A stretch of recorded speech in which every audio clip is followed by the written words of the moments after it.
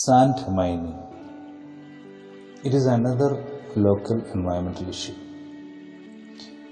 പ്രാദേശിക പാരിസ്ഥിതിക പ്രശ്നങ്ങളിൽ അടുത്തത് മണൽ ഖനനമാണ്.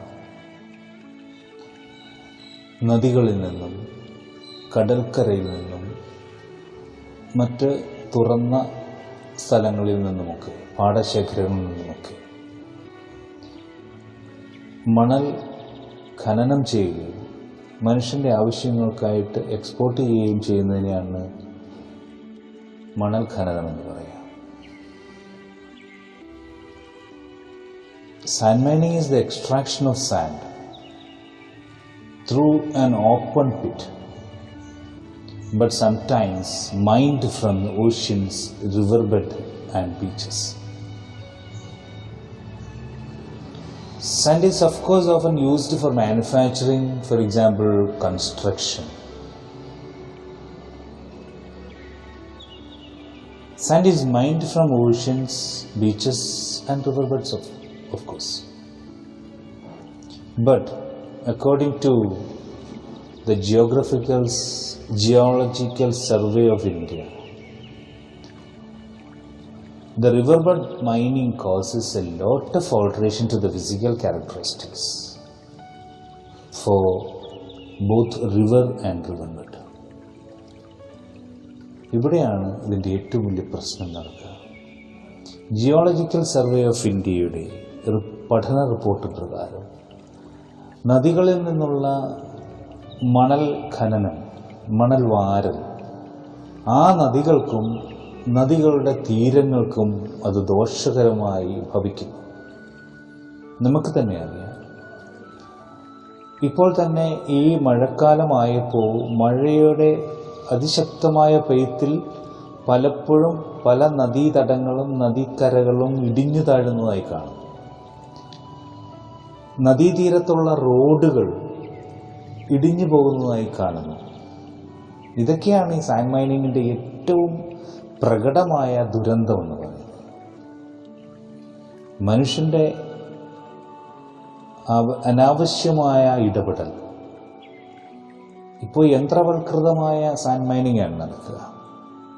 കിലോമീറ്ററുകൾക്കപ്പുറത്തു നിന്ന് ഒരു പ്രത്യേക ഭാഗത്തു നിന്നുള്ള മണൽ അവർക്ക് ഊറ്റിയെടുക്കാനാവുന്ന യന്ത്രസജ്ജീകരണങ്ങളുണ്ട്. So all these things, all this mining is automated and they use separate machines and pumps and motors for taking this sand from kilometers away. അത് നദികളുടെ ആഴം വർദ്ധിപ്പിക്കുന്നതുകൊണ്ട് കൂടുതൽ വെള്ളം കൊള്ളും എന്നുള്ളൊരു സാഹചര്യം ഉണ്ടാകാം. പക്ഷേ ഇപ്പോൾ പഠന റിപ്പോർട്ടുകൾ കാണിക്കുന്നത് വെള്ളം തങ്ങി നിൽക്കാൻ കഴിയാതെ വരുന്ന ശോഷണം നദികൾക്ക് സംഭവിക്കുന്നുണ്ട്. And such depletion of sand causes deepening of river, enlargement of river mouth and coastal inlet. അങ്ങനെ ഇപ്പോൾ ഒരു മഴയത്ത് നന്നായി നിറഞ്ഞു നിൽക്കുന്ന ചില പുഴകളും നദികളും ഒന്നോ രണ്ടോ ആഴ്ചകൾ കഴിയുമ്പോൾ വെള്ളം തീരെ ഇല്ലാത്ത സാഹചര്യത്തിലേക്ക് കടന്നു വരുന്നതാണ്. അതാണ് മണലൂറ്റിൻ്റെ ഏറ്റവും വലിയ ദൂഷ്യം. Any volume of sand exported from the stream bed and the coastal areas are very big loss to the system. ഇപ്പോൾ നമ്മൾ കടൽക്കരയിൽ പല സമരങ്ങളും നമ്മൾ കാണുന്നുണ്ട്. കടൽക്കരകളിൽ നിന്നുള്ള ഖനനം, കടൽ മണൽ, കരിമണൽ, അത് ഒട്ടേറെ ധാതുക്കൾ അതിൽ നിന്നും നമുക്ക് ലഭിക്കും. അതിനുവേണ്ടി കൊമേഴ്സ്യൽ ഇമ്പോർട്ടൻസ് ഉള്ളതുകൊണ്ട്, കൊമേഴ്സ്യൽ വാല്യൂ ഉള്ളതുകൊണ്ട് ഇത് ധാരാളമായി മൈൻ ചെയ്യുന്നുണ്ട്. പക്ഷേ അത് ആ തീരത്തെ സംരക്ഷിക്കുവാൻ നമുക്ക് കഴിയാതെ വണ്ണം കടൽ തീരത്തോടടുക്കുകയാണ്. പല സ്ഥലങ്ങളിലും തീരങ്ങൾ കടലെടുക്കുകയാണ്. ഇതാണ് സാൻഡ് മൈനിങ്ങിൻ്റെ ഏറ്റവും പ്രകടമായ അവസ്ഥ. The sand mining affects the adjoining groundwater system and the use that local people makes from the river. അങ്ങനെ മനുഷ്യൻ്റെ പ്രവർത്തനം മൂലം ഭാവി മനുഷ്യൻ്റെ ഉപയുക്തമാകേണ്ട നദികളും അനുബന്ധ തടങ്ങളും കടൽക്കരകളുമെല്ലാം നമുക്ക് നഷ്ടപ്പെടുന്നു. അതുകൊണ്ട് തന്നെ ഈ സൈൻ മൈനിങ് റെസ്ട്രിക്റ്റ് ചെയ്യേണ്ട കാലഘട്ടം അതിക്രമിച്ചിരിക്കുന്നു. ഇനിയും കോസ്റ്റൽ ഇറോഷൻ.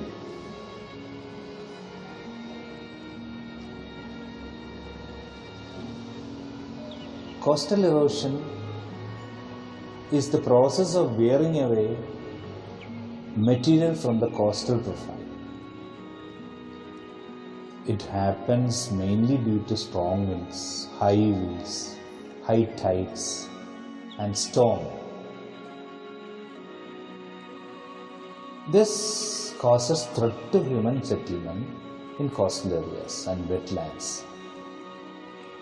ഇത് പ്രകൃതിക്ഷോഭം മൂലമാണ് ഇത് സംഭവിക്കുക. കടൽക്കരകൾ ഒലിച്ചു പോവുകയാണ്. കടൽക്കരകൾ ഒലിച്ചു പോകുന്നതിൻ്റെ പ്രധാന കാരണം നമ്മൾ മുമ്പേ പറഞ്ഞ കടൽ തീരത്തു നിന്നുള്ള ഖനനമാണ്. അതിനുശേഷം പ്രകൃതിയാൽ സംഭവിക്കുന്ന കാറ്റുകളും വലിയ കൂറ്റൻ തിരമാലകളും മഴയും ഒക്കെ ഈ തീരത്തെ കടലിലേക്ക് എടുക്കുകയാണ്. It may create climatic change, increase in the sea level rise also. അതുകൊണ്ട് തന്നെ in short as well as in the long-term perspective, coastal erosion must be regarded as an environmental problem that deserves much attention. എത്രയോ തീരങ്ങൾ കടലെടുത്ത് പോകുന്നു, എത്രയോ local പീപ്പിൾക്ക് അത് ബുദ്ധിമുട്ടായി തീരുന്നു. അവരുടെ റിക്രിയേഷൻ ഏരിയകളും അവരുടെ വാസസ്ഥലങ്ങളുമൊക്കെ ഹാബിറ്റാറ്റ് ഡിഗ്രഡേഷൻ, ഹാബിറ്റാറ്റ് ലോസ് ഇവിടെ സംഭവിക്കുന്നുണ്ട്. അതുകൊണ്ട് തന്നെ നമ്മുടെ ശ്രദ്ധ, എൻവയറമെൻ്റലിസ്റ്റുകളുടെ ശ്രദ്ധ ഈ സ്ഥലങ്ങളിലേക്ക് പകരുകയും ആവശ്യമായ പ്രിക്കോഷൻസ് എടുക്കുകയും ചെയ്യണം.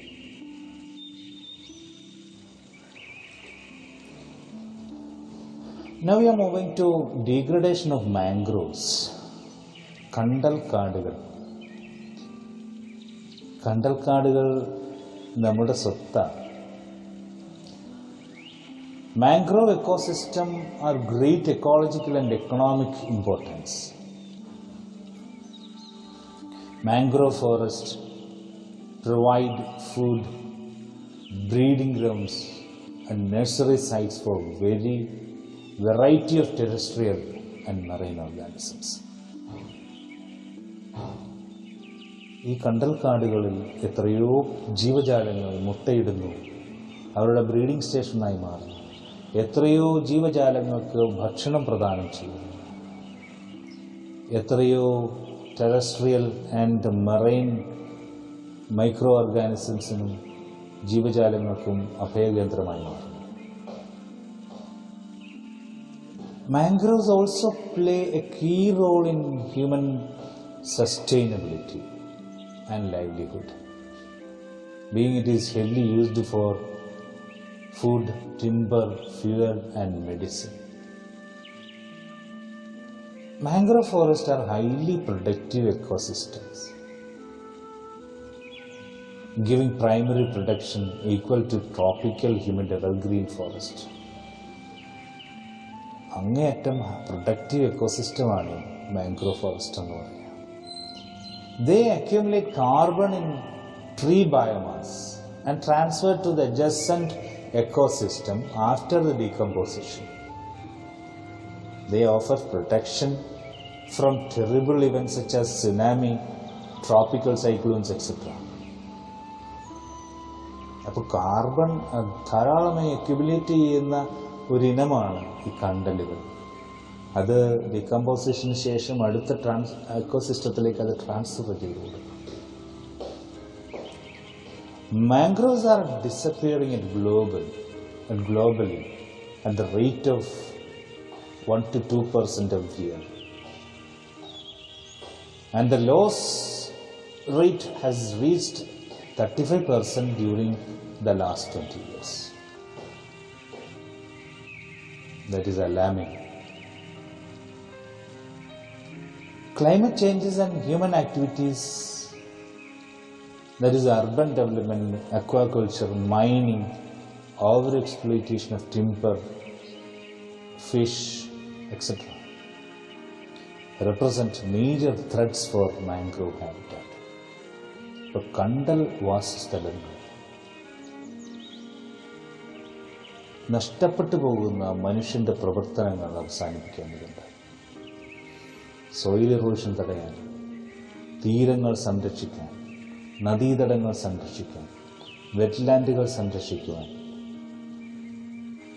പക്ഷികളെയും മൃഗങ്ങളെയും സസ്യങ്ങളെയും സംരക്ഷിക്കാൻ, മനുഷ്യൻ്റെ അനിവാര്യമായ ചില പദാർത്ഥങ്ങൾ, മരുന്നടക്കമുള്ള പദാർത്ഥങ്ങൾ സംരക്ഷിക്കുവാൻ കണ്ടൽക്കാടുകൾ നാം സംരക്ഷിച്ചേ പറ്റൂ.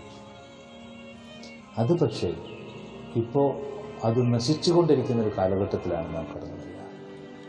ഇപ്പോൾ അത് 30% വരെ നമ്മളിൽ നിന്ന് പോയി കഴിഞ്ഞു. So it has to be used carefully, it has to be conserved very effectively.